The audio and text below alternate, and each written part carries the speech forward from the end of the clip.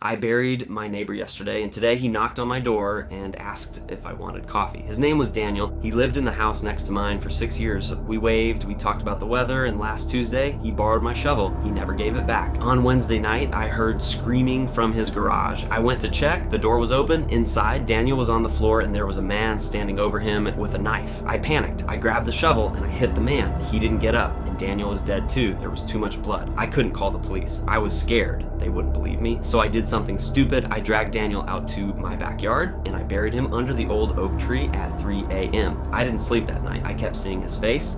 The next morning, Thursday at 8 a.m., there was a knock on my door. I froze. I looked through the peephole. It was Daniel. He was wearing the same shirt he died in. He was smiling. He had coffee in his hand. "Morning, neighbor," he said. "Want to grab coffee?" I didn't open the door. I watched him through the window. He stood there for 10 minutes, then he left and went back to his house.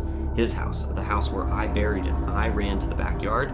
The dirt under the oak tree was disturbed, the hole was open, and Daniel was gone. The shovel was lying next to it. That night, I didn't sleep. I sat in my living room with the lights on and a knife on the table. At 3 a.m., I heard digging in the backyard. Friday morning, another knock. Daniel again. This time he had 2 coffees. "You look tired," he said. "You should get some rest."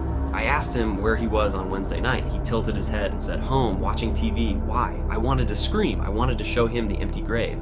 But his eyes were so normal, so alive. On Saturday, I saw him in his garage washing his car, the same garage where he died. I watched him from my window for an hour.